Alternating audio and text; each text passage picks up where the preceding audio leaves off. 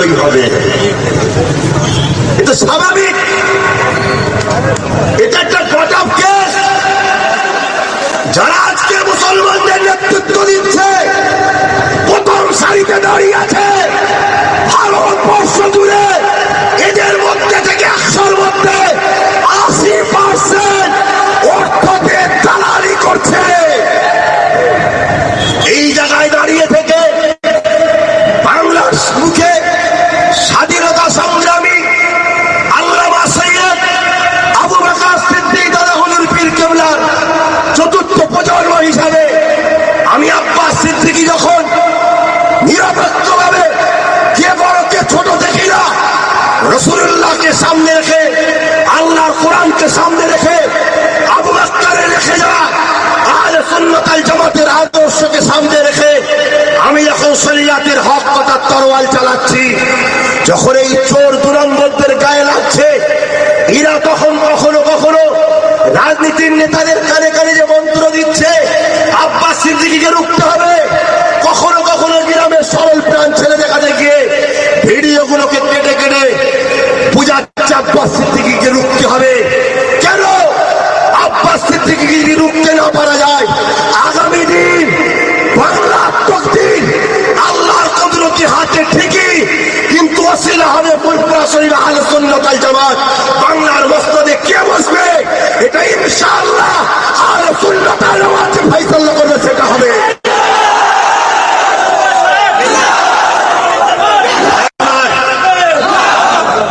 সেই চিন্তাধারা নিয়ে আজ ফুরফুরা শরীফ আহলে সুন্নাত ওয়াল জামাত প্রত্যেকটা গ্রামে গ্রামে যখন ইউনিট তৈরি করছে, আমার করার অধিকার আছে না নাই? আমি যদি আপনাদের জিজ্ঞাসা করি 72 বছরে হয়ে যে 73 বছর পড়ে গেল, তোমরা কি পেয়েছো বলো? হে মুসলমান বলো, একটা নবী দিবস করবে তার স্বাধীনতা পেয়েছো? আমি আজ তোমাদেরকে জিজ্ঞাসা করতে চাইছি, একটা নবী দিবস করবে, নবীর আগমনের মিলাদ করবে, তার স্বাধীনতা তোমরা পেয়েছো কি বলো? জোরে বলো। এতক্ষণ পড়ার বলো বাসগুলো কিন্তু এখনো সরালো না, এটাই থেকে তোমরা শিক্ষা নাও, তোমরা স্বাধীন না পরাধীন তোমরা ভাবো। এইটা যখন আব্বাস সিদ্দিকী ভাবায়, আব্বাস সিদ্দিকী যখন চিৎকার করে, আজ এই থানার প্রশাসন সহ এই এলাকার মানুষের কাছে আমি জানতে চাই যে আমাদের কি ভারতবর্ষে অবদান নাই? সর্বপ্রথম নেতাজিকে তৎকালীন সময়ে 1 কোটি টাকা কে দিয়েছিল? সে একজন মোস্তফা আরবি জানে রহমতের গোলাম দিয়েছিল, হায়দ্রাবাদের নবাব দিয়েছিল। আজকে ভারত মা বলে চিৎকার করা হচ্ছে। নেতাজি সুভাষচন্দ্র ভারত মা বলেছিল কাকে? সে সেই নবাবের মাকে বলেছিল, এটাই হলো ভারত মা। সে একজন মুসলমান।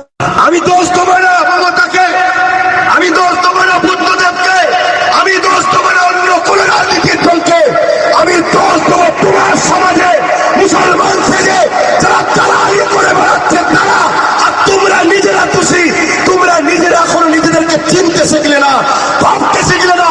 72 বছর ধরে তোমরা গোলামি করে করে আজকে গোলামিটাই তোমাদের পছন্দ হলো।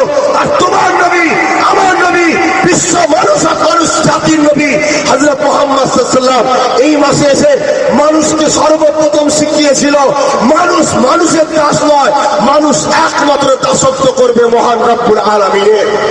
আজকে তোমরা মুসলমান দাবি করো, তোমরা মুসলমান দাবি করো, তোমরা আল্লাহর দাসত্ব করো, তোমরা তো মানুষের দাসত্ব করো।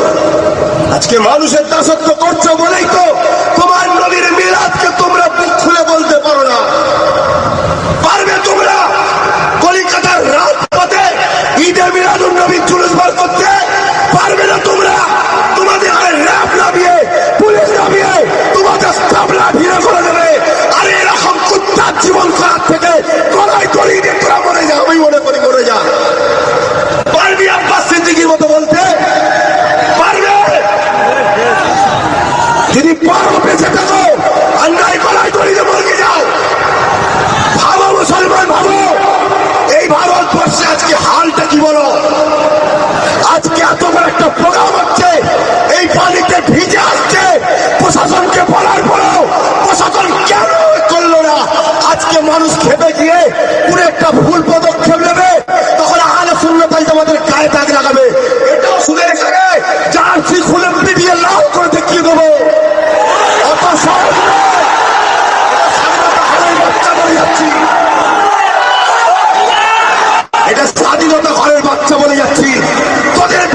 দেশের জন্য কি করেছে জানি না।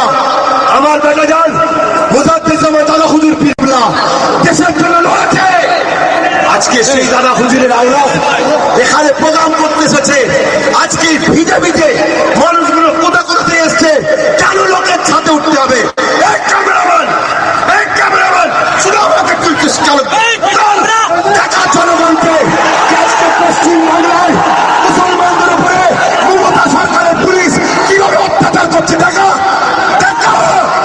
এক লোকের উপরে কেন এ মাঠ পারমিশন নেওয়া হয়েছে, প্রোগ্রাম হবে। এ দেশ আমার, এ সম্পত্তি আমার, এ জায়গা আমার। এ দেশের নাগরিক কেন বসতে পারবে না? কেন এদের বিনোদন করতে পারবে না? কেন এদের অত্যাচার করা হবে? কেন এদের